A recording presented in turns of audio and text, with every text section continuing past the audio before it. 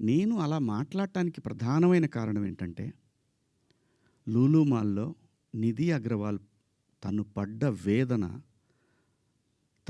తన కార్‌లోకొచ్చిన తర్వాత తను ఎంబ్రాసింగ్‌గా ఎలా ఫీల్ అయిందో, అది నా మైండ్‌లోంచి పోలేదు. వారం రోజులవుతున్నా నా మైండ్‌లోంచి పోలా. ఆ తర్వాత ఇమ్మీడియేట్‌గా సమంత గారి మీద. తెలుగు సినిమాలో నేను ఈ ఇండస్ట్రీకొచ్చిన తర్వాత 90% ఆర్టిస్టులు, ఫీమేల్ ఆర్టిస్టులు ఎప్పుడు కూడా లైక్ రమ్యకృష్ణ గారు గానివ్వండి, జయసుధ గారు గానివ్వండి, విజయశాంతి గారు, వీళ్ళు కట్టుకున్న శారీస్ మీద, వీళ్ళు వేసుకున్న డ్రెస్సుల మీద షాపుల్లో అమ్మేసేవాళ్ళనమాట.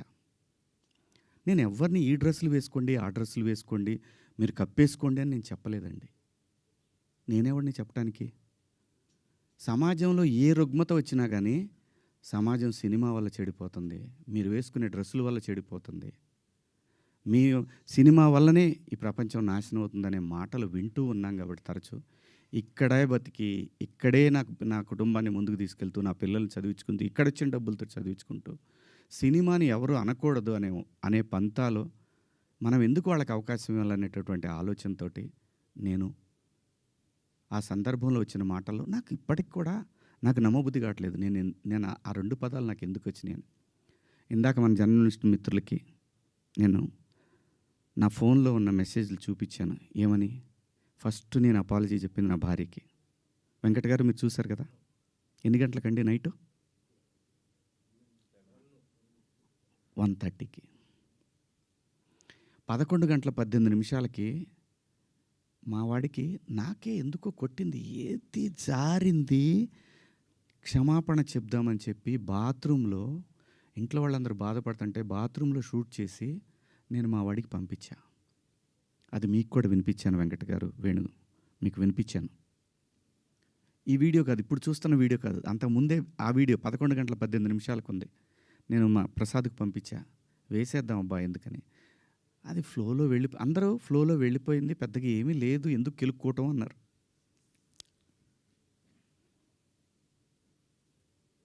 సో కర్మ ఎలా కాలిందో తెలీదు, కర్మ ఎవరిని వదిలిపెట్టదు. అలా ఆ సందర్భంలో నేను వాడిన 2 పదాలు తప్ప నేను గమనించానండి. నైటు 11 తర్వాత 12 తర్వాత మీరు చూసుకోండి, 12:01 తర్వాత కొన్ని ట్వీట్లు వెళ్తూ ఉన్నాయి. ఎవరికి ట్యాగ్ అవుతూ ఉన్నాయి? నాకు నిద్ర లేదు, పేర్లు కూడా గుర్తురాట్లా. స్త్రీల సమస్య మీద మాట్లాడుతూ ఉంటే మన రాహుల్ వైఫ్ చిన్మయి గారు ఆవిడకి వెళ్తూ ఉన్నాయి, ఆవిడకి ట్యాగ్ చేస్తూ ఉన్నారు. ఇక్కడి నుంచే మొత్తం ట్యాగ్ చేస్తూ ఉన్నారు. ఆ తర్వాత మన అనసూయ గారికి ట్యాగ్ చేస్తూ ఉన్నారు.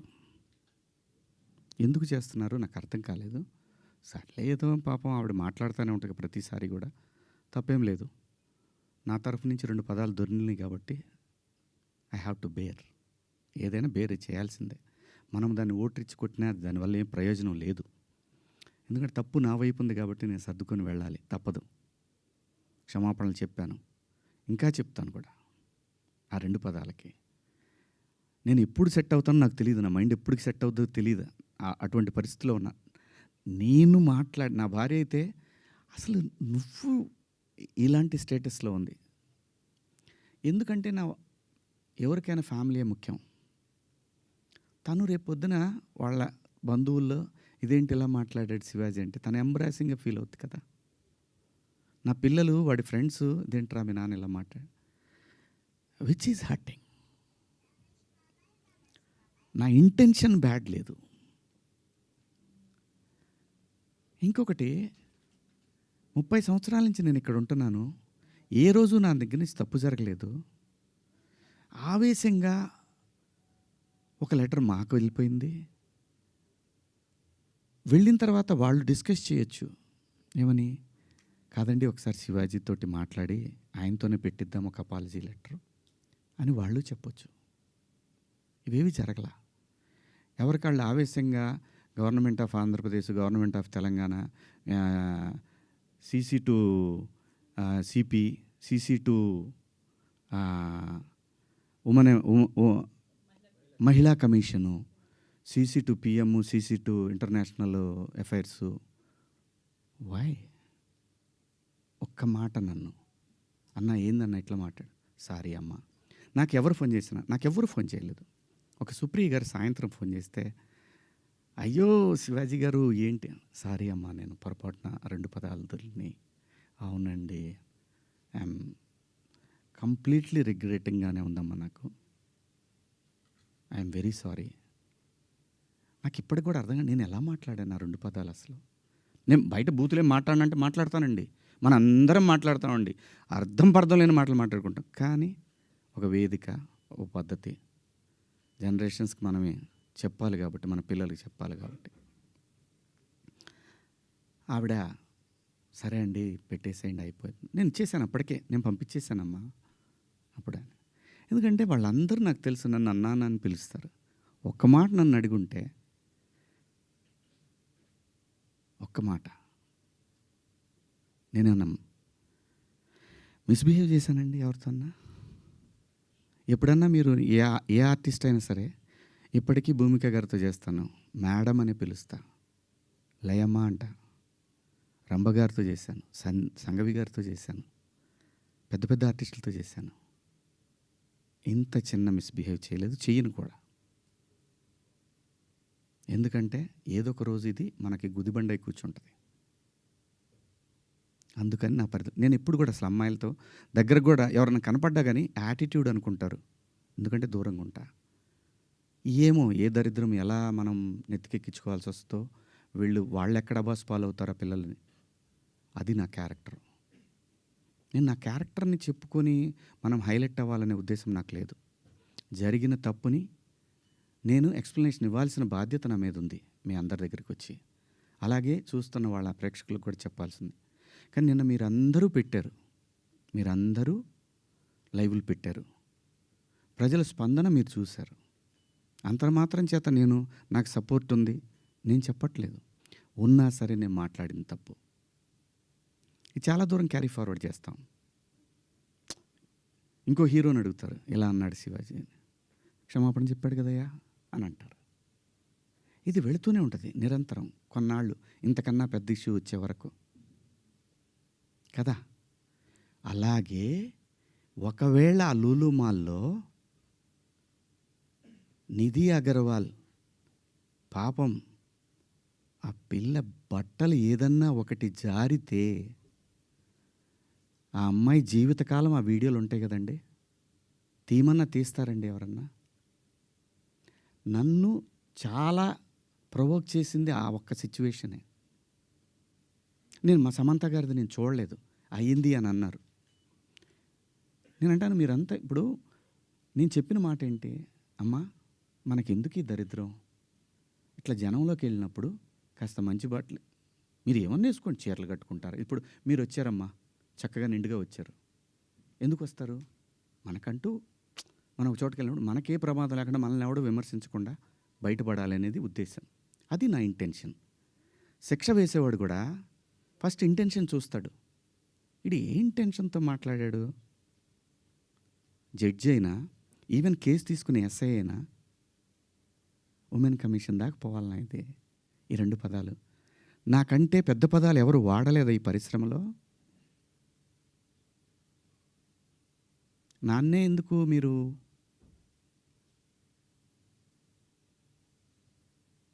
ఎందుకు నేనేం చేశాను? అమరావతి రైతులు ఆడవాళ్ళ మీద బూటు కాలేసి తొక్కినప్పుడు నేను మాట్లాడా, నేను నిలబడ్డా, ఎన్నో సందర్భాల్లో నిలబడ్డా, జంజీ కోసం ఫైట్ చేశాను నేను. రాబోయే తరాలైరా ఇవన్నీ, మీరు తినేస్తారంటరా అని అడిగాను నాయకుల్ని.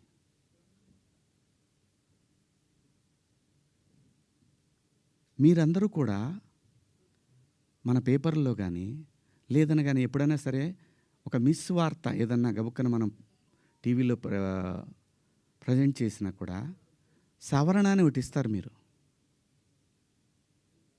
మనుషులు, మనం సమర్థించుకోవట్లా, పొరపాటు జరిగింది అని చెప్తున్నాను నేను.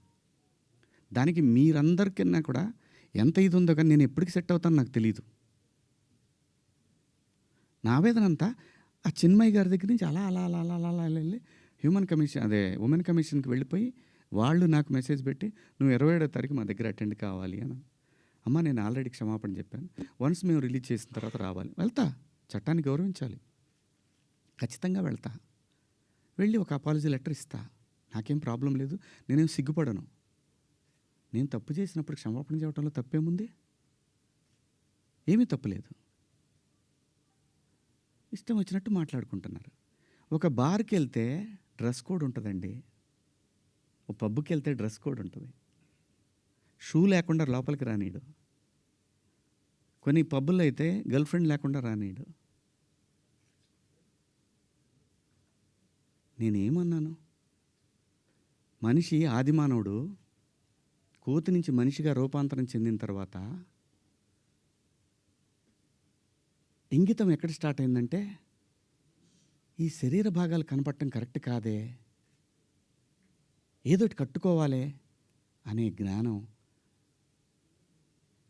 అమ్మకు వచ్చిందో నాన్నకు వచ్చిందో తెలీదు, వచ్చింది. అలా అలా బట్టలు తయారు చేసుకునే లెవెల్కి వచ్చి బట్టలు కప్పుకోవటం, బట్టలు వేసుకోవటం దాకా వచ్చింది.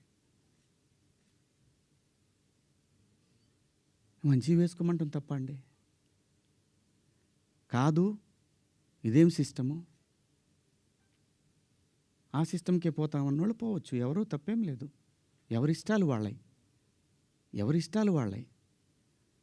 ఇక్కడ నాకు కాన్స్టిట్యూషన్లోని సెక్షన్స్ గురించి చెప్తా. ఈ సెక్షన్ ప్రకారం మహిళల్ని అని చెప్పి టిఎఫ్ఐ ఉమెన్ వింగ్ పెట్టారు. చట్టం నాకు తెలుసు, కాన్స్టిట్యూషన్ చదువుకున్నాను. భారత రాజ్యాంగము హక్కులతో పాటు బాధ్యతలు కూడా ఇచ్చింది. న్యాయమూర్తి దగ్గర ఒక కేసు వెళ్ళినప్పుడు దాని తాలూకా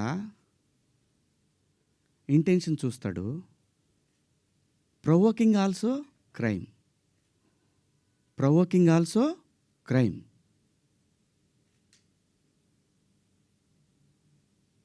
చాలామంది పెద్దవాళ్ళు, మన సీనియర్ సిటిజన్స్ అందరూ కూడా ఎందుకు అలా మాట్లాడతారు అంటే, నెక్స్ట్ జనరేషన్కి వాళ్ళ సంస్కృతిని క్యారీ ఫార్వర్డ్ చేసి వెళ్తున్నారు. వేసుకుంటారా వేసుకోరా మీ ఇష్టం అమ్మ, నేనెవరిని చెప్పటానికి. అలా పోయినప్పుడు ఆ పిల్ల ఇబ్బంది పడితే అది చూసి తట్టుకోలేక మాట్లాడానే తప్ప, ఎవరే బట్టలు వేసుకుంటే నాకేంటండి? పోనీ మీరు ఎవరన్నా ఆ పిల్లకి అండగా నిలబడ్డారమ్మా? ఒక్కళ్ళన్నా నిలబడ్డారండి? ఇది తప్పు, ఇంతమంది ఒక ఆడపిల్ల మీద దాడి చేయటం అని మాట్లాడారా? ఆ బిడ్డ కోసమే నేను మాట్లాడాను. రేపొద్దున మన తెలుగు యాంకర్లు కానీ, మన ఆర్టిస్టులు కానీ చక్కగా బట్టలు వేసుకొని వస్తారు. మన సుమా గారు కానీ, ఝాన్సీ గారు కానీ, ఉదయభాను గారు కానీ, పిల్లలు కానీ, కొత్త పిల్లలు కొంచెం యంగ్ బ్యాచ్లో కొంచెం అందంగా గ్లామర్గా కనపడాలని వేసుకుంటుంటారు. దానికి నెటిజన్స్ నుంచి వచ్చే సజెషన్స్ తోటి వాళ్ళు మార్చుకుంటారు. ఆ అమ్మాయి బయట నుంచి వచ్చిన అమ్మాయి. మనకి రెస్పాన్సిబిలిటీస్ కూడా ఉంటాయి కదా. నేనెవరిని హక్కుల్ని హరించడానికి? నేను ఎవరిని అనలేదే పలానా వాళ్ళ పేరు పెట్టి. బలైంది ఎవరు? ఇప్పుడు ప్రజల చేతిలో బలైంది ఎవరు?